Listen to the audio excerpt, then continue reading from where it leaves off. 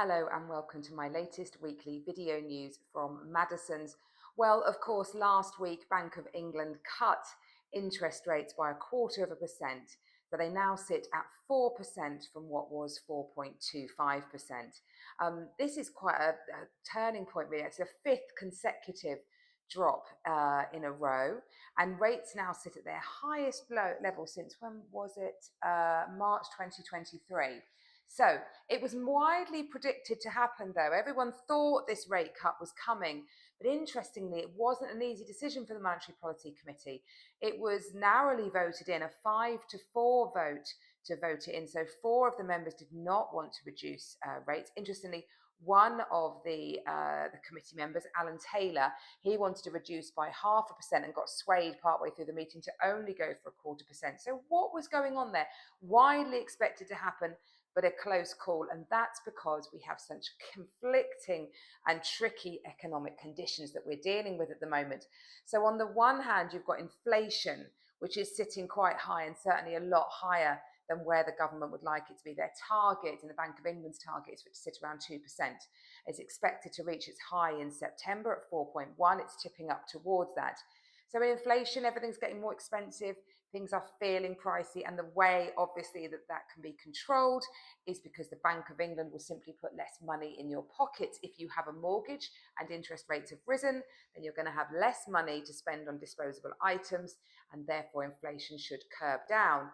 But on the other side, we have a worrying GDP situation. So our gross product, the amount of money that flows around the economy from England, it's looking a bit low. And the forecast is that it's going to get even lower. So you have this kind of slightly tricky situation. It's called stagflation in the world of economics, where you move to a really dangerous and tricky position. Japan was in it. Gosh, when I was back in banking, back in what, 2012, I think. So yeah, stagflation. You see this raising inflation rate and negative or below zero GDP. So the economy isn't making money, but inflation is raging away. And when that kicks in, that can be a very tricky thing for any central bank to try and control. But I think what's quite interesting from this rate cut is the Bank of England has shown really rather overtly, admittedly with a little bit of discourse along the way, that they are very focused on improving that GDP figure. That is their absolute target, to improve. They're hoping that inflation will sort itself out largely, and they really want to improve the GDP. It's estimated, a think tank came out and said they think there'll be a £41 billion deficit in the autumn budget that will be announced. And of course, the easiest way for the government to address that is to increase taxes. So I think Bank of England are perhaps thinking that the taxes will sort out the inflation when they go up. They need to really focus on trying to stimulate money in the economy, stimulate growth, stimulate all the things that makes your pound move around the economy, which improves the GDP. So that's why it was a tricky decision. But that shows, I think, their direction. I think another rate cut will be seen before the end of the year. I think we will go sub 4%, 3.75. I don't think it will go to 3.5. We'll just have to wait and see what happens to that inflation figure. I don't think it will happen probably till right the end of the year. I think December Monetary Committee meeting, I think they meet about the 18th of December, something like that. I think that's when they will look for that. So yeah, very interesting. Well, of course, and it really helps anybody looking to remortgage at the moment, or first-time buyers. Anybody who's on a fixed rate or locked into a rate, then they certainly won't feel the benefit of that at all. But if you are on a variable rate or a tracker, or if you are looking to remortgage or a first-time buyer, you will definitely feel the benefit of that. And the lenders have already started to price that in, and you can get some really competitive rates out there. The first-time buyer market remains the lifeblood of what goes on in a property market. And they are, interestingly, they don't really massively struggle with their mortgage payments because rentals have become so expensive. But a really interesting piece of research by TSB showed that only 17% of renters are actually saving for a deposit to buy a property. So what you've got there is this new demographic of people who are lifetime renters.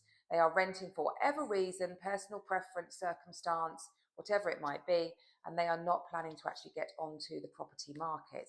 So that's very different to, it showed, this piece of research showed that a lot of people, 80% of first-time buyers, have gone out and rented and then moved back in with mum and dad to help save for the deposit. The deposit is the trickiest thing, not the monthly repayments, the deposit. And they need to be big figures. Over in Wales, the average deposit is quite low at just 13%, but in London, it's 23%, representing that much higher purchase price for a property, and also the higher wage growth than wages that you get around there, meaning you can save more. Interestingly, a lot of first-time buyers, 67%, said that they compromised on an element of their property to live in a better area. So they are quite savvy, they do know what they're looking for, and if we stimulate that, and that's obviously where this rate cut might help, more first-time buyers are going to afford a little bit more, hopefully stimulate that bottom of the market, which all then feeds up and feeds the rest of the market. So yeah, so a little bit of an economic headline for you there. I'll do a bigger one later in the year if I can get my head into gear. Oh, just very quickly, just interesting to see that Trump's trade talks actually have very little impact on the market now. He's called Taco Trump, isn't he? Trump always chickens out. And so really interesting that whereas before those trade tariffs really unsettle the market, now they don't really. So there'll be some big things that might colour the media this week. We've got obviously big talks going on with Trump and Putin and China, trade talks going on as well. So that will colour the media, might make the market feel a little bit jittery, but it's always, I find, quite short term. People want to move for a variety of reasons, and those needs just push on. So yeah.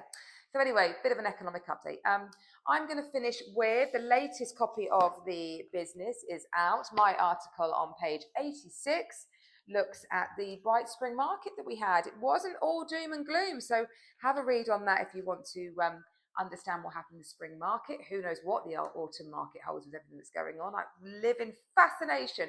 When I did my degree in economics, it was part of my second degree I did. The world was really quite stable and stagnant, really. Nothing much happened. It's exciting now, if nothing else.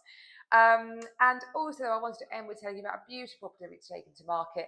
This house is so spacious, just under 4,000 square feet, and it is stunning, absolutely stunning.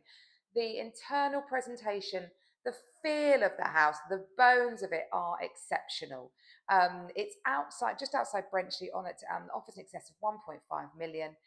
Old Knoll, a really beautiful, beautiful home with the most stunning garden, views, setting. Oh my gosh, it's a dream. Give us a call if you would like to have a chat about that one in more detail. But I wish you a great week, and I look forward to seeing you next week. Bye-bye.